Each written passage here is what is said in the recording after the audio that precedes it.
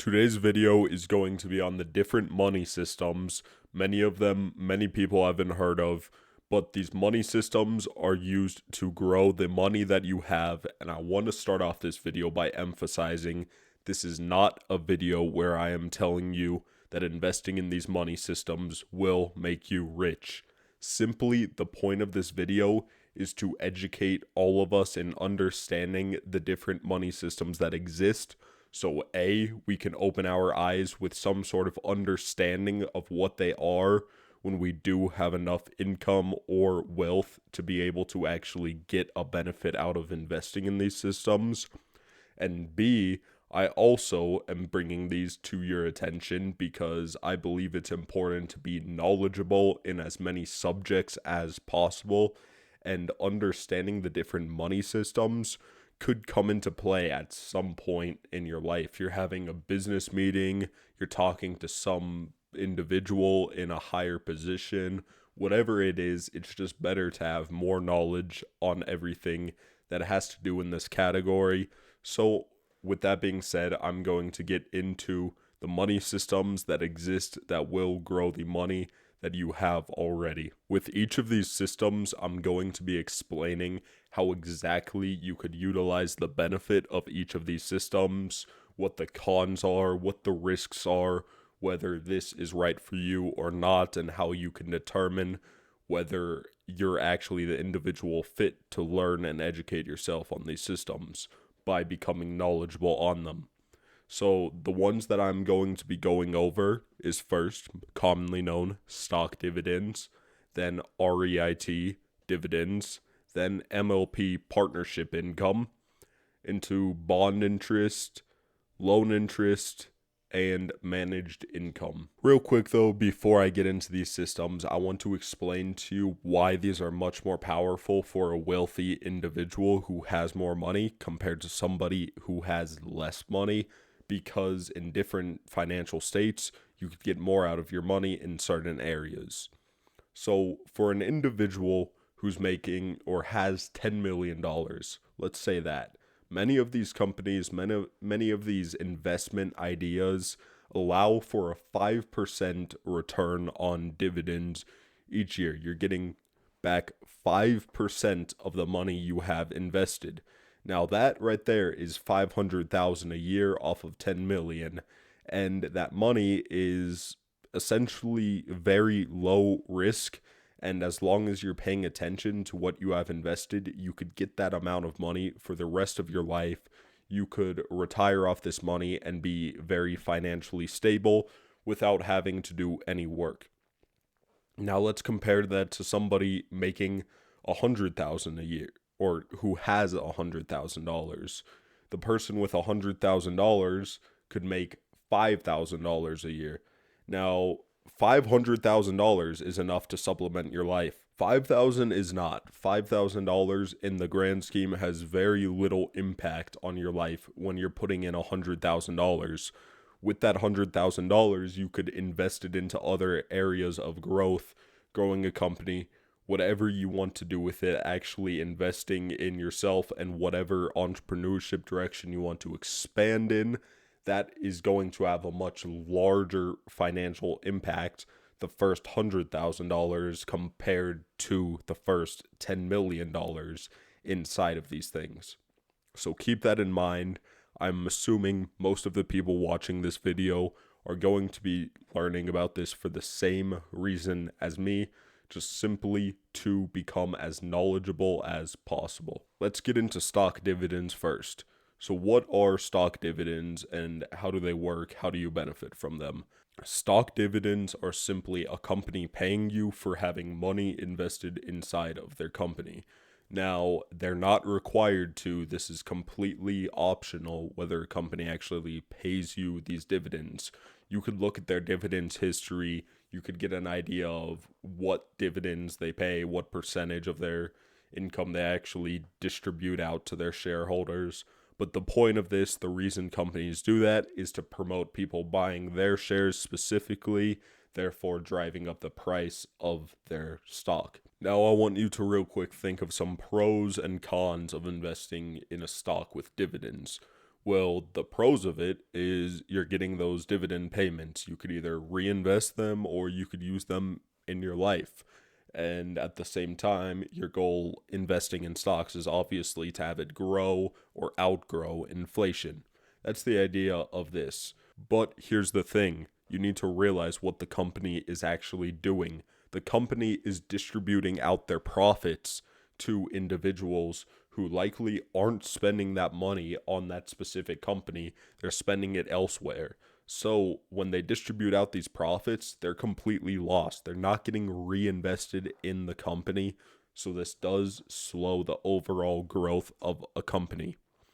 Now, some other risks are, what if the market crashes? If the market crashes, the value of the company often crashes too. You stop getting as much dividends because that company doesn't have as high of an income because their product is likely impacted. So there are many things to consider with stocks. You really want to be knowledgeable with the company, and also keep in mind, if you are trying to be as knowledgeable as possible with a company, you won't be able to see every piece of the puzzle. Not every company is sharing everything that they have, everything that they know. There are things that are hidden that will often strike fear in shareholders for good reasons. So keep this in mind. The next one I have for you is REITs, dividends. Now, what exactly are these? These are real estate investment trusts. When you invest in these, you're investing in a company that's required to have 75% of their assets in real estate. Now, what this means is it's allowing you to get into real estate without actually having the hassle or needing to have the complete amount of money to own these properties. Now, all the random factors that come up when you're owning real estate, such as there's a pipe leaking, whatever is going on, you need to call a plumber, you're not dealing with any of these.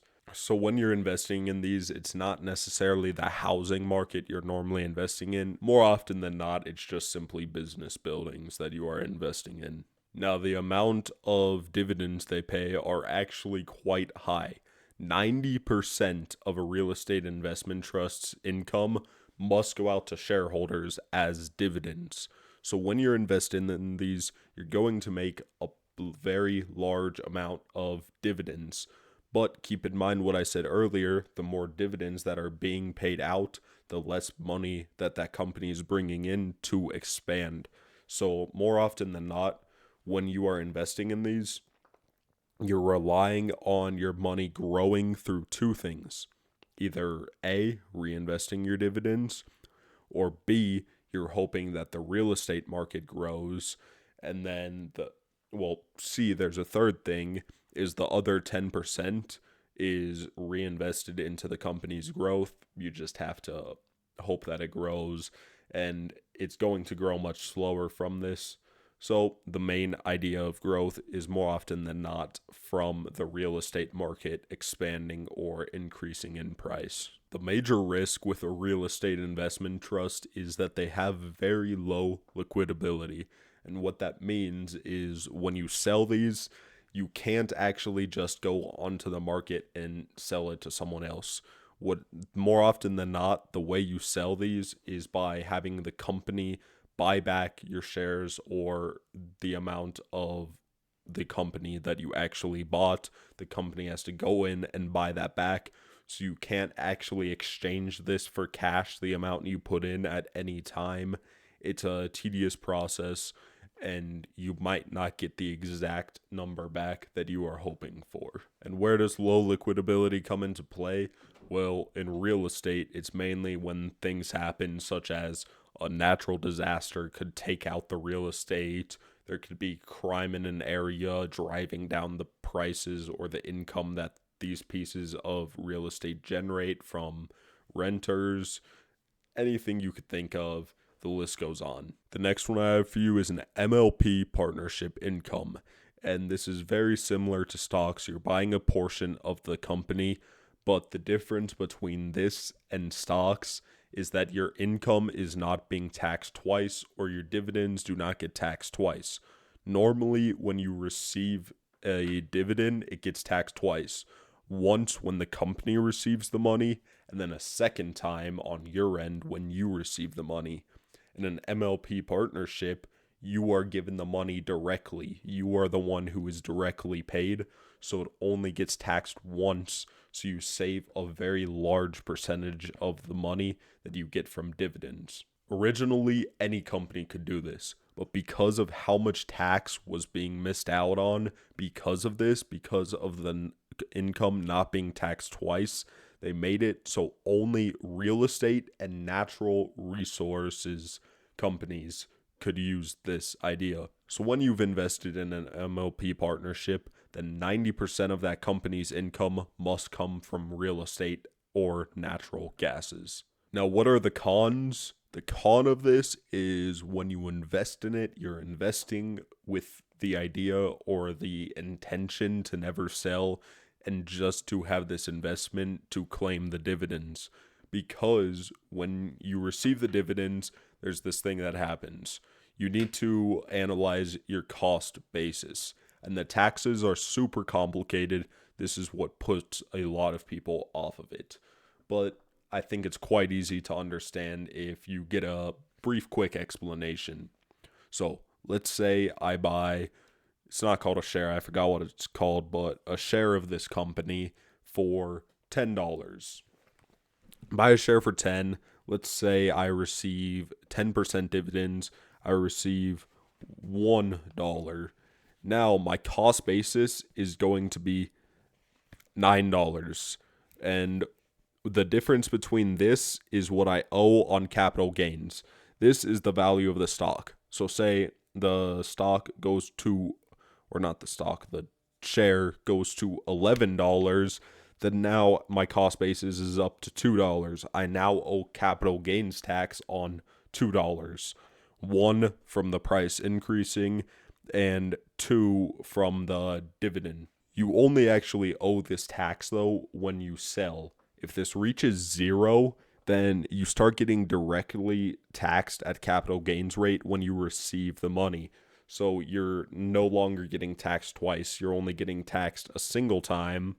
And now, rather than someone owning stocks getting taxed once at the company level, once when they receive them, and once when they sell them, you're now only getting taxed a single time at capital gains rate. But it goes even further. If you just choose to not sell and only collect the dividends, when this is inherited, the cost basis resets back to the price of the stock. So then that person could sell these with zero capital gains tax. Or they could just continue the cycle, claim the dividends endlessly on this money that they have invested. The next one I have for you is bond interest. And what is bond interest? It's simply loaning money to either the government or a company.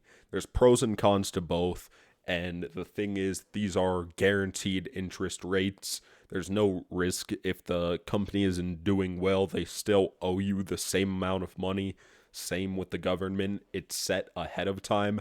That's the benefit. It's determined by the amount you put in, the rate, and the rate is just determined by how badly that company needs the money. If they need more money quicker, then they're gonna offer you a higher rate, and then the length of time.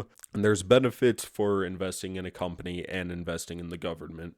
Well, a company gives you higher interest, but it comes at a con. The con or the downside to this is if the issuer or the company itself goes bankrupt, then you are screwed. You just don't get your money. Now, the government is considered the much safer option. More commonly, this is what really wealthy individuals are investing in. So you get a lower interest rate from the government. But the thing is, the income you use to buy this is actually exempt from state tax. And the profit you get from it isn't federally taxed. So you avoid a lot of tax by going through federal bonds. And what are the risks? The main risk is that it's just not liquidable. You can't take it out at any time. And if you can, if for some reason you've made a deal where you can take it out, you're not going to turn a profit on that money. That time is going to be wasted, or you'll even often lose value because of inflation. The next one I have for you is loan interest. So we talked about bonds where you give a company or the government money. Well, you could also give an individual money or just have your money in banks.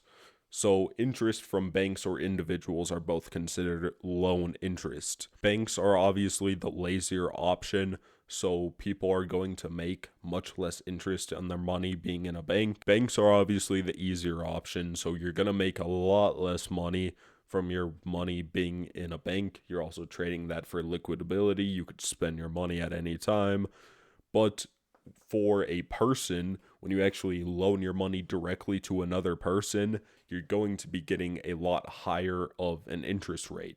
There's websites online where you could do this, where you could actually find individuals looking for loans, and then it's going to analyze that individual, look at them specifically, and then determine a fair interest rate for both of you, because obviously the less likely the individual is to pay you back, you are going to make more money. Normally this ranges between 6% to 25% return per year, but it will fluctuate based on the individual you are loaning it to and how much risk you are willing to undergo. And then the risk for keeping your money in a bank, obviously, is just if the bank goes under, you lose your money. Poof, bye-bye. And then the next one is managed income, which is simply the company choosing what stocks to buy instead of you. So you invest in this company buys stocks, and you get a return based on how well those stocks that the company does. This is a way to avoid having to do all the research on the company that you want to invest in. So the main benefits of this is A, it's very diverse. You're not going to get screwed over if one company crashes. And B, it's very liquidable. You could exchange this for money on a very frequent basis. And then what exactly are the risks? So I just said it's really a low risk idea to be investing in these. And the other main risk is a market crash. If the market does crash, you're invested in a wide range of companies. So overall, your portfolio is going to crash a lot compared to you may be invested in an individual company that doesn't get affected by the crash. It may even go up because it isn't affected while the rest of the companies are crashing. So you really are just screwed if the market does crash. And then the last one I wanted to mention, I really didn't want to get that in depth with it, but the last one is crypto. I made a video, it's called like Full Money Guide or something, on my channel talking about the benefits of crypto. But if you are knowledgeable on crypto, this is likely a good investment. Bitcoin is normally going to be the safest option because you're basically investing or betting against governments. Governments bet against Bitcoin, dislike it. They try to minimize it because it allows you to exchange money without going through them. Not a good thing, they lose power. So you're betting against governments, but you are betting on individuals because individuals, especially wealthy individuals, like the ability to transfer money without going through the government. And then one other thing I wanted to bring up with Bitcoin is all the locations of the Bitcoin are plotted along a graph. Now, if somebody finds a mathematical equation that goes along this graph, then in theory, they could take this mathematical equation and steal Bitcoin at wherever the graph intersects. So unless this mathematical equation that was originally generated is perfect, then at some point there is a very high chance that somebody will come in and steal a large portion of crypto that people own. Okay, that's all the points I have for you, but I want to leave on one more thing. Look out for management fees when you are investing in these areas. Keep it below 1%. No company should be charging you more than 1% for investing and having management fees. For example, if you're invested in a mutual fund, it may have a management fee because people have to be hired to determine which stocks are best to buy, etc. But general guideline is to keep it below 1%. Let me know if I missed anything or if you found anything specifically interesting in the comments, any questions. As lifelong learners, perspicacity is our grindstone for success. Keep on grinding, boys.